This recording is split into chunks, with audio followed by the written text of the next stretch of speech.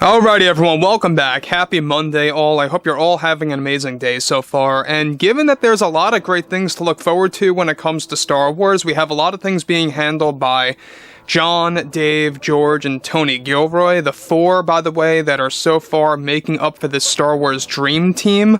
Also, if you want to count Peyton Reed, he's going to be directing a lot of Star Wars TV shows moving onwards and exactly where that's heading.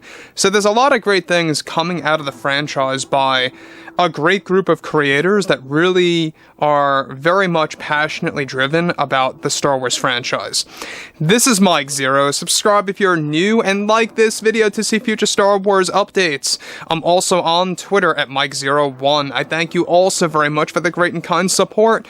And without further ado, let's get right into the subject.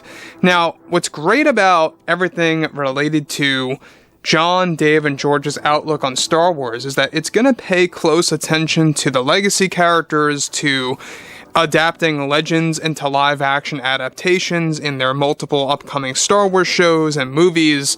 So there's a lot of things to look forward to the franchise, and I'm remaining very optimistic about the future. I am. I'm generally a very positive person when it comes to anything involved with John, Dave, and Tony Gilroy.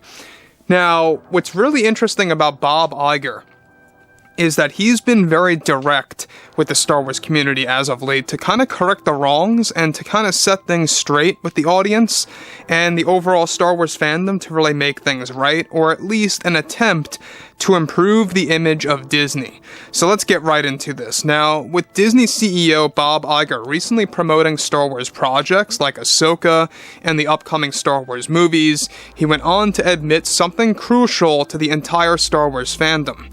Now, he went on to state the following: "We have a full slate of projects that we are very proud of announcing soon to our customers, and we have learned from our mistakes and failures in the past. This is something that I have been meaning to touch on for the longest time. Here at Disney, we have realized that George's creations are a work of art, and like art, you need that artist to understand the meaning of it all.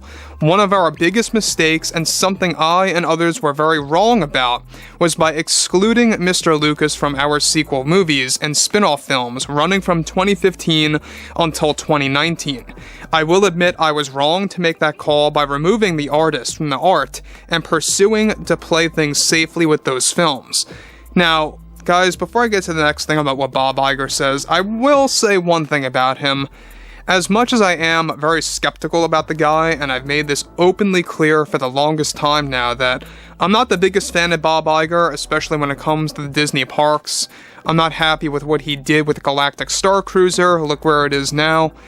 But I gotta give him credit. He at least opens up to the fan base and apologizes and is finally getting the real picture here that you needed what he calls the artist of the art to understand the true meaning. I kind of like that outlook that he has about how to understand Star Wars is like a work of art, and you need that artist, and that artist is, of course, George Lucas. So I like that way that Bob Iger is looking at things. It actually kind of seems genuine in a way, and not necessarily one-dimensional.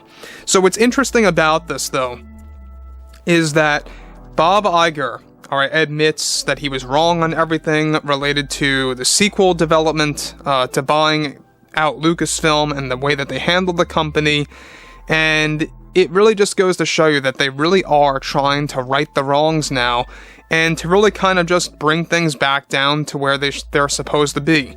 He even admits that playing things safely was not the right call, and he kind of lightly admitted to that about 2 years back, but never went full out like this.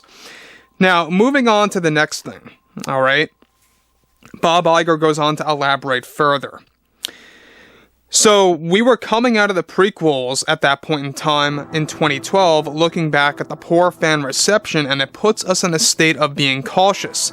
Sometimes you have to make the necessary risks to tell a great story, and perhaps, by avoiding those risks, we didn't deliver the best experiences to the community. That's something that we are 100% going to change and are already in the process of making that happen for our customers and to the loyal fans who grew up with the ever-evolving brand.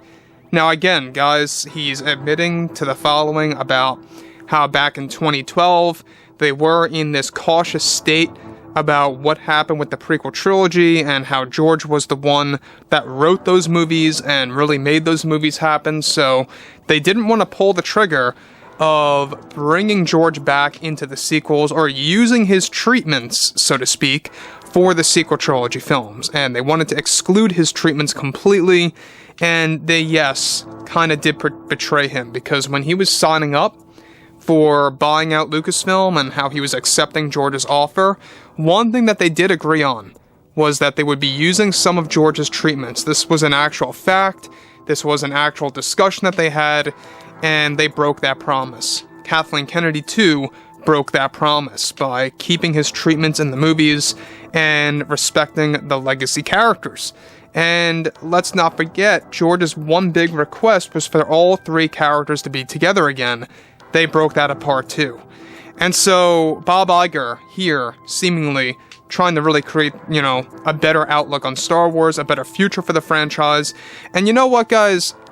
I, in a way, really do hope that Bob Iger can turn things around. I really do. I never want things to turn out badly or to turn wrong for this franchise. I think that Star Wars still has a great chance, as long as you can create and execute well-established stories. That's all you have to do to turn things around. It can be done at the snap of a finger like that, and fans will be able to forgive. Now, again, maybe some fans are going to disagree with me on that, but if you create a very valuable product, it's going to create momentum. And then that momentum is going to grow over the years. That's all they need. It's going to take time. I'm not going to say it's going to change overnight, even if they make a big hit with the Ahsoka Tano series. Even if it becomes a huge hit, it's going to take time for a lot of fans to lose that skepticism about what the next thing is going to be about by John and Dave. So overall, moving to the next thing here, he goes on to state, onwards, we are looking things over carefully and paying close attention to what fans want to see, both on the big screen and in their homes on our platform like Disney+.